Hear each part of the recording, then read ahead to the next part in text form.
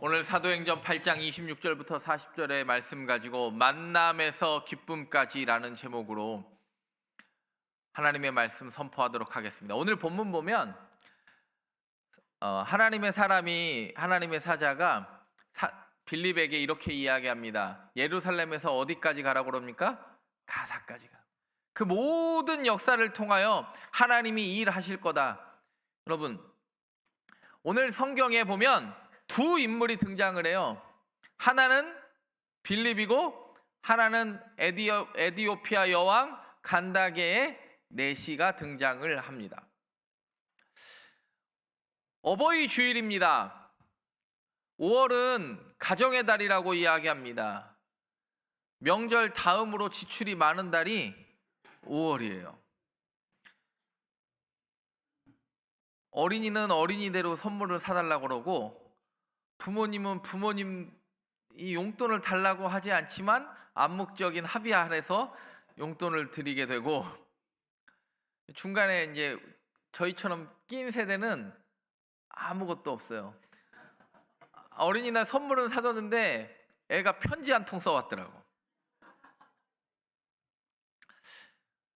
오늘 본문을 보면 빌립이라는 초대교회 7집사 중에 한 사람이 스데반의 박해 이후에 8장에 보면 아무도 가지 않으려고 했던, 사람 취급도 받지 못하던 사마리아로 가서 그 빌립 집사님이 복음을 전해요.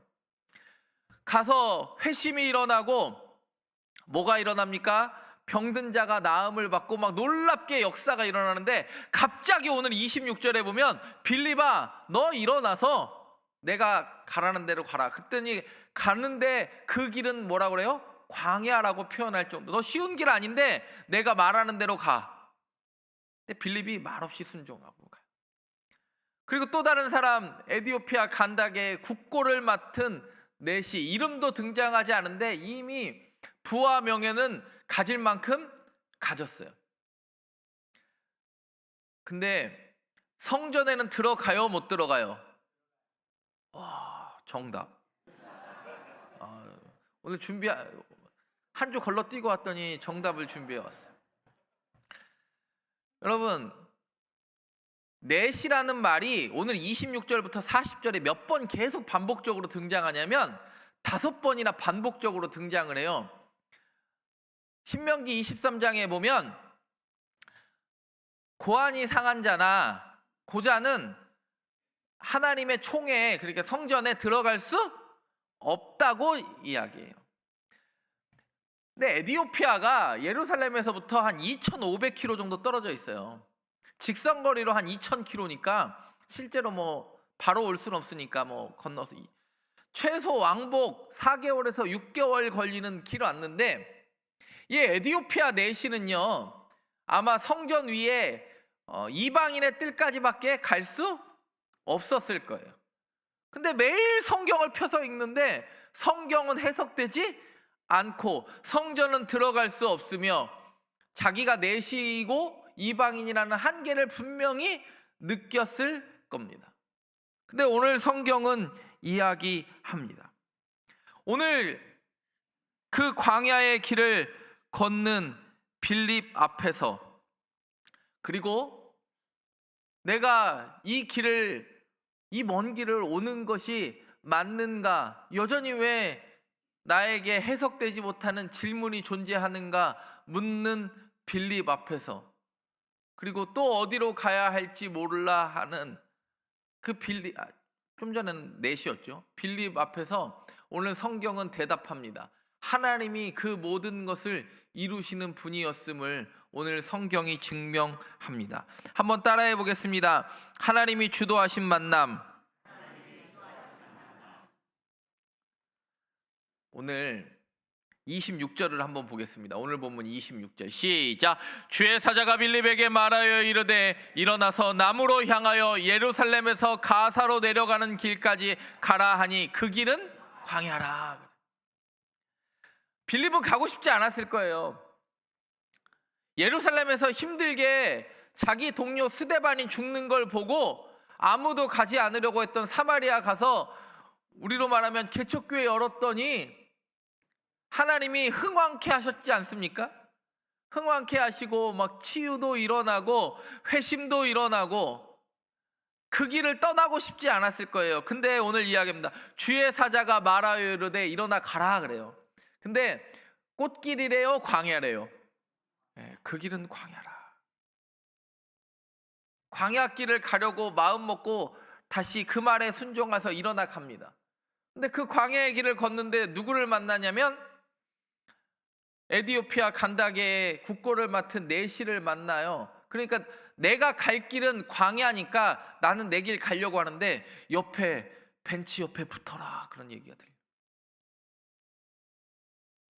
지금으로 말로 바꾸면 근데 빌립도 생각했을 거 아닙니까? 내가 지금 벤치 타려고 이 길 가는 게, 왜냐면 주께서 어디를 가라고 그랬어요? 광야로 가라고 그랬으니까. 또 근데 29절에 뭐라고 이야기하는지 아십니까? 29절에 보면 성령이 빌립더러 이르시되 이 수레로 가까이 나아가라. 빌립은요 이때 질문하지 않아요. 주님, 내가 왜 이 사마리아를 떠나야 합니까? 질문하지 않고, 내가 왜 이 광야의 길을 걷는데 저 수레에 가까이 가야 합니까? 질문하지 않아요. 우리는 봉사하려고 할 때 부서 한번 옮기려는 것도 내가 여기가 좋사오니 교회 안에서도 움직이기가 싫은 게 신앙생활 아니에요? 근데 빌립은요 주의 말씀이 들리는 대로 반응해요. 근데 성경에 보면 주의 말씀이 들리는 대로 반응하니까 놀라운 역사들이 일어나요. 아브라함도 보세요. 이삭 바치라고 할 때, 아니 이삭 하나님이 당신이 주신 것인데 왜 나를 바치려고 하느냐 말이지. 그렇게 고민하지 않나요? 새벽에 일찍이 일어나 가요. 다니엘도 왕의 조서에 도장이 찍힌 걸 알고 여전히 그 기도하는 자리를 잃어버리지 않아요. 여러분, 하나님이 주도하신 만남이 있습니다. 여러분, 수많은 인생의 만남 가운데 내가 선택하지 않은 만남이 있는데 그건 내 자식을 만나는 거고 내 부모를 만나는 만남이, 내가 선택한 적이 없어요. 내 부모 만날 때 주님, 어떤 자녀가요 너 공부 좀 해라 뭐 될래 그랬더니, 아니 내 부모가 삼성전자 회장이 아닌 게 너무 안타깝습니다. 이렇게 기도하면 부모가 열이 받아요, 안 받아요? 여러분, 하나님이 주도하신 만남입니다. 내가 자녀를 선물로 받았을 때 그 기쁨은 하나님이 주도하신 만남이고, 내 부모를 섬길 수 있는 것도 하나님이 강권적으로 주도하신 만남입니다. 내가 선택한 게 아니에요. 저는 여러분들 자녀 키울 때 전혀 아직 자녀들이 연소하긴 하지만 제 막내딸을 키울 때 항상 그런 생각이 들어요. 아우, 너 저를 너무 닮았다. 어제도 저를 닮은 제 딸을 보고, 혜빈아 코를 잡아라, 땡겨라, 이거 자꾸 이렇게 잡아서 땡겨야 돼. 혜빈아 이거 코가 이렇게 높아야 돼. 너 혜빈아 이거 코 높아야 돼. 땡겨. 그랬더니 제 딸이 그래요. 아파. 아니 코가 낮으면 사람들이 안 좋아해. 땡겨. 그랬더니 제 딸이, 나도 수술하면 되지 뭐. 근데 제가 그 생각이 들었어요. 아니 내가 원하는 대로 누구의 형상을 닮았어요? 부모의 형상을 닮았어요. 누구 닮았어요? 저 닮았지. 우리 딸이 처음에는 막 어렸을 때는 인정을 안 하더라고요. 사람들이 야, 너 너무 아빠 닮았다 그랬는데 요즘은 인정을 해요. 하도 닮았다고 그러니까. 네, 여러분, 하나님이 주도하신 만남이 저와 여러분 가운데 넘쳐 흐르지 않습니까? 그게 기쁨과 감사로 여겨지십니까? 아니면 불평과 원망으로 여겨지십니까? 이 만남의 주도권은요, 전적으로 누구에게 있었냐면 하나님께 있었습니다. 내가 내 자녀를 선택하지 않았듯이 내 자녀를 위하여 기도할 수 있는 게 감사고 기쁨인 줄 믿습니다. 어느 날 사람이 나이가 들다 보면 뭐가 믿어지기 시작하냐면 부모의 기도로 내가 서 있음이 고백되는 순간이 있어요. 여러분의 삶의 만남은 어떤 것입니까? 빌립이 자기 자리를 떠날 수 있는 결단도, 내시가 자기의 지위보다 하나님을 향한 그 갈증도 다 누구를 만나기 위해서 그런 거예요? 하나님을 만나기 위해서 그런 거예요.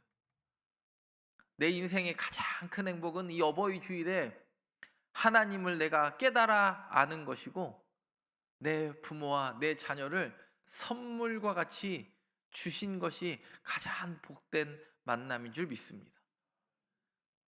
혹시 자녀 때문에 근심하십니까? 처음에 그 감정이 생각나요, 안 나요? 근데 사춘기 때 땡땡거리면 생각이 나요, 안 나요? 요즘 부모님들은요, 하도 스마트폰이 발달해가지고 옛날 사진 보면서 얘 어디 갔냐, 이미 너무 커버렸으니까 얘 어디 갔냐 자꾸 찾아. 걔 와요, 안 와요? 걔 안 와요. 누가 변해야 되는지 아세요? 내가 그 만남을 맞이할 수 있을 만한 마음의 준비가, 마음이 변하고, 여러분 빌립이 변했고 내시가 변했듯이 하나님이 주도하시는 만남 가운데 여러분이 들어갈 수 있기를 간절히 바랍니다. 두 번째 한번 따라해 보겠습니다. 말씀 안에서 찾아온 깨달음. 30절에 보면 이렇게 이야기해요. 30절 시작. 빌립이 달려가서 선지자 이사야의 글 읽는 것을 듣고 말하되 읽는 것을 깨닫느냐 그래요. 타라고 그랬더니, 이제 가보라고 그랬더니 옆에 가보니까 수레에 앉아있는 사람이 뭘 읽고 있어요? 이사야를 읽고 있어요. 어제 새벽기도 본문이었던 이사야 53장을 읽고 있어요. 그러니까 열심히 맨날 똑같은 본문을 보고 있는 것 같아. 꾸벅꾸벅 졸고 있는 건지 뭐 하는 건지는 모르겠지만, 그러니까 빌립이 묻습니다. 내시에게 너 지금 읽고 있는 것을 깨닫느냐 그래요. 근데 깨달아요, 못 깨달아요? 네, 오히려 31절에 보면 내시가 이렇게 반문해요. 대답하되 지도해주는 사람이 없으니 어찌 깨달을 수 있느냐 하고 빌립을 청하여 수레에 올라 같이 앉으라 하니라. 여러분, 빌립은 지금 이 사람의 수레에 오를 위치가 되지 않았어요. 근데 하나님이 계획하신 만남이 있으니까 수레에 같이 올라앉으라 그래서 딱 올라가서 이 이사야 53장의 이야기가 누구를 위한 이야기인지를 설명해 주니까 이 사람이 깨달아져요. 여러분, 신앙생활의 가장 큰 기쁨은 말씀을 읽고 깨닫는 거예요. 시편 49편에 뭐라고 합니까? 깨닫지 못하는 사람은 멸망하는 짐승과 같도다 그래요. 씨 뿌리는 자의 비유에서요, 백배결실하는 사람이 언제 백배결실하느냐면 말씀을 듣는 것으로 그다는 것이 아니라 듣고 깨닫는 자가 백배결실한다고 성경이 이야기해요. 어떤 사람이요, 어떤 장로님이 제가 전에 있던 교회에서 이렇게 고백을 해요.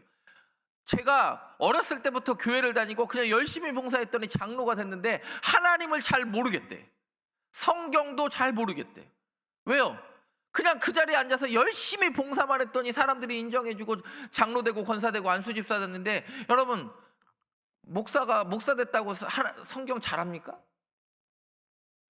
성도가 가장 큰 착각이 목사는 성경을 잘 알 거라는 착각. 목사도 열심히 성경 공부 매일매일 해야 잃어버리지 않아요. 기가 막힌 거 뭔지 아세요? 내가 성경을 외웠다고 생각하는데요, 목사도요 성경 놓으면 기가 막히게 사라져요.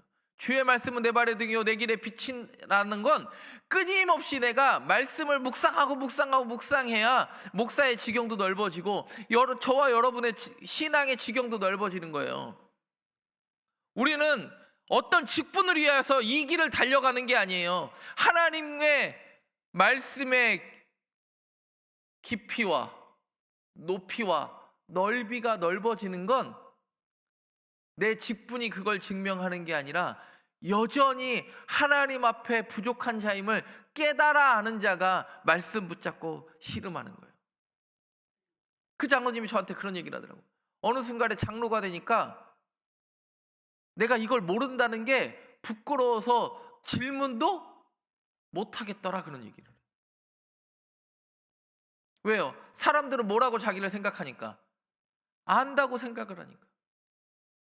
여러분, 두려워하지 마시고 괜히 이상한 유튜브 보지 마시고 이상한 성경 공부에 빠지지 마시고 서울시 광진구 군자로 80-1번지 1층 목양실로 오시면 친절히 제가 설명해 드리도록 하겠습니다. 여러분, 그때 그 나사렛 예수시라는 말이 지금 그 이사야 53장이 증명하는 게 몇 년 전에 돌아가신 나사렛 예수가 그분이었다라는 사실을 깨달아 합니다. 근데 같이 앉아요. 이게 중요한 거예요. 깨달음을 얻을 때 같이 그 수레에 앉아서 말씀을 연구해요. 5월은 가정의 달이라고 이야기합니다. 누군가에게는 선거의 계절입니다. 6월 3일 날 막 지방선거 하니까 온 동네에 하여튼 목 좋은데 선거 연수 막 안 붙은 동네가 없어. 보니까. 누구를 알리려고요? 자기를 알리려고. 내가 이렇게 하겠다고 그렇게 다들 이야기해요. 얼마 전에 어버이날을 보내니까 요즘은 자식들이 밥을 해줘요? 사 먹어요? 혹시 나는 자식이 해준 밥 먹었다 손 들어보세요.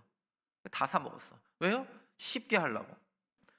괜히 자식이 해준 밥 얻어 먹으려다가 내 품이 더 들어가니까 요즘은 그냥 야 나가서 사 먹자. 자식한테 용돈 많이 받은 사람 손 들어보세요. 해봤자 몇십만 원이에요. 말씀 안에서 찾아온 깨달음, 여러분 내가 자식한테 해준 게 얼만데 그거 몇 푼 받으려고 그거 밥 한 끼 얻어 먹으려고. 여러분 자식하고 소고갈비 얻어 먹는 게 중요한 게 아니라 김치찌개 먹고 계란 후라이 하나 먹어도 자식하고 먹으면 행복한 거예요. 네, 보면 저는 여기에 놀라운 깨달음이 있다고 생각해요. 여러분 5월 가정의 달이잖아요. 명절이잖아요. 내 평생 소원은 너랑 같이 예배 드리는 거다. 내 자녀가 우리 교회를 나오라는 게 아니라 내 자녀가 네가 신앙으로 온전히 서는 게 너와 내가 함께 말씀을 읽는 것이 내 평생 가장 큰 소원이고 가장 큰 선물이다. 여러분 내가 자녀에게 해준 거 내 자녀가 갚아요? 못 갚아요? 절대 못 갚아요. 제가 봤을 때 우리 큰아들한테 이미 들어간 돈 받을 생각도 없지만 저는 제 큰아들 학원비가 제 카드에서 빠져나갈 때마다 얘가 이거 언제 갚으려나? 그랬더니 제 아내가 옆에서 보더니 그거 받을 생각 하지 마 그러더라고. 저도 받을 생각 안 합니다. 여러분 받을 생각하고 자식 키운 사람 있습니까? 그냥 자식이 잘 살기를 바라는데 내가 은혜 받은 듣고 깨달은 그 말씀을 함께 읽는 것이 여러분 가장 큰 어버이날 선물이고 자녀가 부모에게 줄 수 있는 가장 큰 선물이고 부모가 자녀에게 줄 수 있는 가장 큰 선물입니다. 부모의 구원을 위하여 간절히 기도하는 분들 계십니까? 내가 내 부모와 이 말씀을 같이 읽는다는 그 기쁨이 여러분 가장 큰 깨달음 아니에요? 저는 우리 친가 쪽으로 따지면 4대째 신앙인이고 우리 외가 쪽으로 따지면 우리 어머니가 1대예요. 우리 어머니가 중학교 때인가 초등학교 국민학교 5학년 때인가 친구 따라서 예수를 믿는데 우리 할아버지는 뼛속까지 불교신이에요. 항상 그분한테 가서 물어요. 이렇게 저처럼 생기고 이렇게 하는 분 있잖아요. 그분한테 가서 항상 묻는 분이 우리 외할아버지셨어요. 이름을 지을 때도 여러분 제가 태어났을 때도 이분이 다 점을 보시다가 크게 될 인물이라고. 근데 생각을 해보세요. 아니 오랜만에 아들이 태어났는데 크게 안 되는 것도 이상하지 않아? 그때는 다 그렇게 이야기하지. 아직 뭐 얘가 크게 될지 작게 될지 아무도 모르는데 좋은 소리만 했더라고. 해줬대요. 그래서 제가 몸이 이렇게 커졌나 봐. 근데 제가 저희 집에 저희 친가 쪽에서는 아들들이 많아요. 우리 고모들도 그렇고 우리 큰아버지도 그렇고. 근데 제가 외가 쪽으로 가면 굉장히 귀한 아들이에요. 제가 우리 어머니가 큰 딸인데 둘째 이모가 딸넷, 셋째 이모가 딸넷, 넷째 이모가 딸둘, 그 다음에 외삼촌 딸둘, 그 다음 외삼촌 딸둘. 희귀한 아들이에요. 옛날에 아들과 딸의 거의 귀남이 수준이지. 제가 처갓집을 저희 그 외갓집을 가면. 그러니까 상당히 재미가 있었어요. 어렸을 때. 저밖에 없으니까 아들이. 근데요, 그 외할아버지도 우리 어머니가요 교회 어렸을 때 교회 나갈 때 그렇게 반대하고 막 회초리 때리고 막 네가 교회 나가니까 우리 집 망한다고 맨날 그러셨대요. 정말 복음의 비읍자도 안 들어갈 것 같은, 예수의 이응자도 안 먹힐 것 같은 그분이 저 군대 갈 때 갑자기 암 선고를 받으셨어요. 근데 외할머니랑 요양원을 들어가셨는데 기독교인이 하는 요양원을 들어가신 거예요. 마음이 약해지니까 우리 어머니가 진짜 기도하셔서 그런지 그 요양원에서 예배를 드릴 때마다 그 강팍하셨던 외할아버지가 저한테는 엄청 잘해주셨지만 신앙적으로 말씀드리는 거예요. 그 강팍하셨던 외할아버지가 예배의 자리에 앉다. 우리 어머니 그게 가장 큰 기쁨이더라고요. 우리 어머니가 유산 상속을 받았을까요? 안 받았을까? 외할아버지가 돌아가시니까 가족들이 남겨진 그 유산 때문에 우리 어머니가 큰 언니니까 이모들이 언니가 나서야 된다 그랬어요. 그랬더니 우리 어머니가 적지 않은 그 유산을 포기하셨어요. 왜요? 예수 믿는 사람이 돈에 얽매이면 되지 않는다. 그러면 우리 집이 잘 살았는가? 우리 집은 그 돈이 꼭 필요한 집이었어. 맨날 빚 가운데로 행하는 집이었거든. 이해가는 그때는 전도사였지만 이해가 되지 않더라고. 근데 항상 결정이, 예수 믿고 하는 결정은 내가 예수 믿는 사람으로서 어떻게 할지를 깨달아 하는 거예요. 여러분, 어차피 자녀 용돈 그거 받고 안 받고 밥 한 끼 서갈비를 먹고 호텔 뷔페 가서 먹고 안 먹고 보다 더 중요한 건 내가 내 자녀와 함께 하나님의 말씀을 읽고 내가 깨달은 말씀 그대로 내 자녀가 깨닫는 것이 인생의 가장 큰 행복이고 주께서 원하는 길일 줄 믿습니다. 오늘 이야기하잖아요. 이 빌립은요, 이 에디오피아 내시를 위해서 그 잘되던 그 복음의 자리에서 원하지 않았던 그 사마리아의 길에서 다시 일어나 말씀 듣고 가요. 우리가 아는 대로 이 에디오피아 내시 때문에 에디오피아가 복음화되고 지금도 아프리카에서 에디오피아는 기독교 국가예요. 왜요? 말씀을 통하여 이 사람이 뭘 느껴요? 깨달음을 경험했어요. 저와 여러분이 말씀을 읽을 때마다 깨닫기를 바라고, 여러분이 말씀을 함께 읽기를 원하는 그 가족들도 깨달음을 얻는 이 5월 되기를 간절히 바랍니다. 세 번째 한번 따라해 보겠습니다. 세례 이후에 찾아온 기쁨. 오늘 보면 가다가 보니까, 같이 말씀 읽고 가다가 보니까 놀랍게 깨달아지니까 뭘 받고 싶어해요? 이 사람이 세례를 받고 싶어해요. 그래가지고 39절에 보면 세례를 받고, 39절 시작. 둘이 물에서 올라올새 주의 영이 빌립을 이끌어 간지라 내시는 기쁘게 길을 가므로 그를 다시 보지 못하니라 그래요. 세례를 받으니까요. 여러분 생각을 해보세요. 지금 이렇게 이사야 53장 막 풀어주니까 깨달아 하니까 에디오피아 내시는 내가 네 인생 책임져 줄게. 너 나 따라가서 나한테 이 말씀 가르쳐 달라고 이야기하잖아요. 둘 다 기쁘게 그 길을 가요. 내 자녀도 내 자녀의, 내 부모도 부모의 길을 가는 거예요. 신앙의 길을 기쁘게 가라. 여러분, 어머니의 기도로 산다는 사람은요, 이제는 내가 기도할 줄 알아야 돼. 내가 어머니처럼 기도할 줄 알아야 돼요. 어머니의 기도 못 잊어 자꾸 울지 말고 어머니의 기도대로 내가 기도할 줄 아는 신앙인 되는 게요, 진짜 이 기쁨이요 얼마나 큰 기쁨이냐면, 저 같으면 나는 이 사람 바지끄댕이 잡았어요. 같이 갑시다. 나의 부와 명예가 내 인생을 책임져 줄 것입니다. 왜요? 나는 이제 이사야 53장 한 장밖에 못 깨달았으니까. 근데요, 하나님이 주시는 깨달음은 그걸 뛰어넘어. 세례 받으니까 각자 그 기쁨으로 그 길을 각자 가요. 여러분, 그 기쁨이 얼마나 놀라운 기쁨인지 보십시오.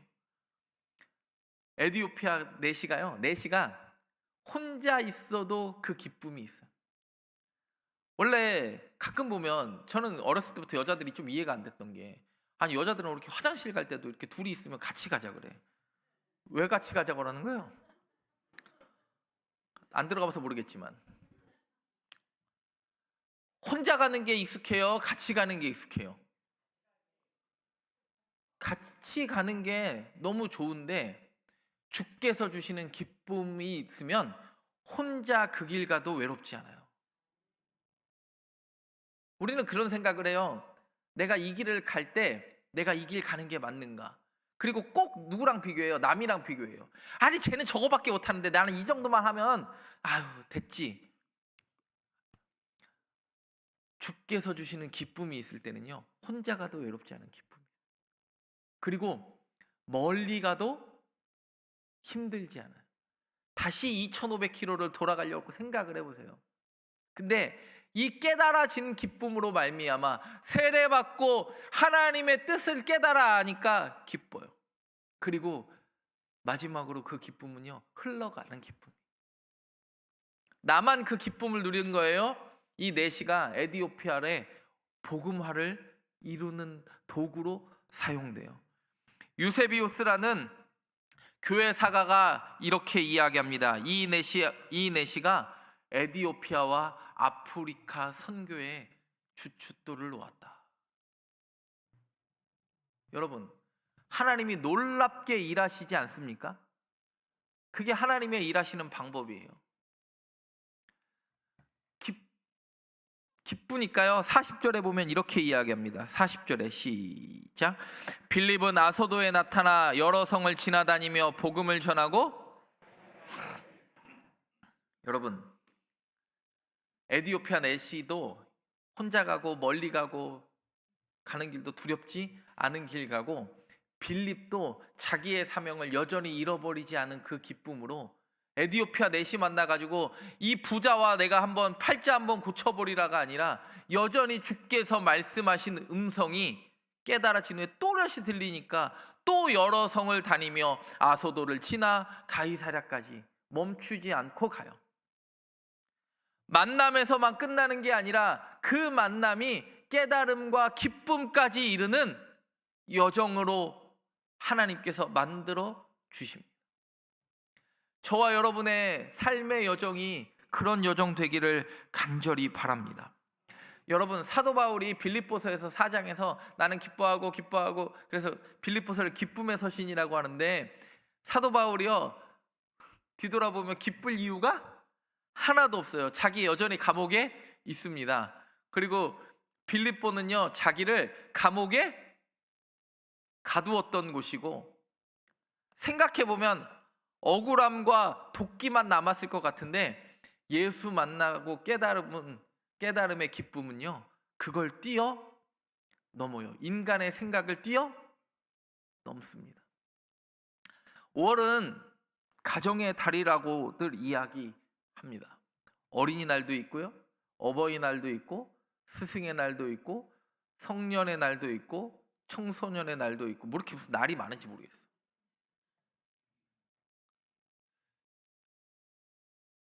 그래도 저는 예전에 단오가 있었듯이 설과 이 가정의 달과 추석이 있는 건 1년에 3번이라도 부모님과 함께 식사하며 그 사랑을 기억하고 잊지 않고 또 각자의 삶을 살기를 바라는 게 부모의 마음 아니에요? 우리 아들 중에 하나가 공부를 열심히 안 해요. 어느 정도로 열심히 안 하냐면, 아, 얘 뭐가 되려고 이러지? 이런 느낌이에요. 근데 제가 그런 생각이 들더라고. 애가 편지를 써서 왔어요. 어버이날 편지를 써서 왔는데 뭐라고 편지를 썼냐면, 이게 가정 시간에 억지로 써서 쓰라고 해가지고 쓴 거예요. 보니까 왜 썼냐 그랬더니 가정 시간에 쓰라고 했대. 근데 그 편지의 내용의 요지가 그래요. 엄마 아빠, 남들처럼 학원 안 다니는 자유를 주셔서 감사합니다. 내가 이렇게 쉴 수 있는 것 주셔서 감사하다는 거예요. 그러니까 제 아내가 그러더라고. 아, 제가 매일 그 아들한테 너 학원이라도 좀 다녀라. 수학 뒤처지면 큰일 난다. 이게 아들이 둘밖에 없는데 한 놈이랑 한 놈이 너무 달라. 그때 제 아내가 매일 그 모습을 보면서 저한테 이런 얘기를 해요. 목사인 저에게도. 나는 우리 애가 교회에서 잘하는 것, 신앙으로 잘하는 것 그 이상도 없어. 내가 이 아이들의 성공을 바라는 게 아니야. 안 되면 알바라도 시키고 우리가 평생 데리고 키우자 그러더라고. 아이, 뭘 믿고 일어나. 목사도 그렇게 얘기하는데 제 아내가 항상 그런 얘기를 해. 제가 그때마다 세상의 눈으로 보면, 야, 학생이 공부를 열심히 해야 될 것 같은데 매일 축구하고 얼마나 축구를 열심히 하는지 한 달에 한 번씩 운동화를 사줘서 운동화가 헤어져. 연필은 항상 그대로 있는데 운동화는 매달 헤어져요. 아침에 일찍 나가는 건 공부하려고 일찍 나가는 게 아니라 아침에 7시에 방과 전 축구 교실은 깨우지 않아도 지가 깨워서 나가요. 근데 공부하라고 그러면 항상 책상 위에 뭐가 쌓여 있어 이렇게. 근데 뒤돌아보면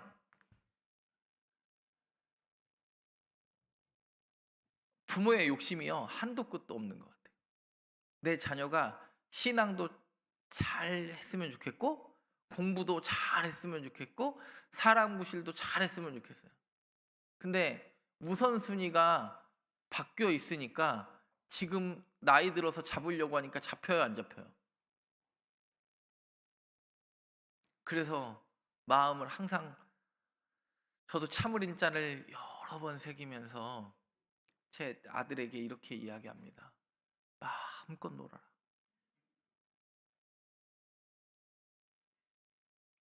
여러분, 여러분이 만난 하나님은 어떤 분이고 여러분이 만난 자녀와 부모는 하나님이 만나게 하신 만남이 있고 내가 깨달으려고 했던 것이 아니라 어느 순간 그 예수 그리스도가 다가와서 깨달아질 때가 있었으니까 여러분이 이 주의를 지키는 것 아니에요. 그리고 그 세례 이후에 내가 거듭남 이후에 주를 닮아가려는 이 성화의 여정 가운데 하나님이 날마다 함께 하시기를 간절히 바랍니다. 지치지 않고 가정의 달에 아름다운 모습이 넘쳐나는 저와 여러분의 가정들 삶 되기를 간절히 바랍니다. 기도하겠습니다. 오늘도 기쁘게 우리의 길을 걷게 하시는 하나님 감사합니다.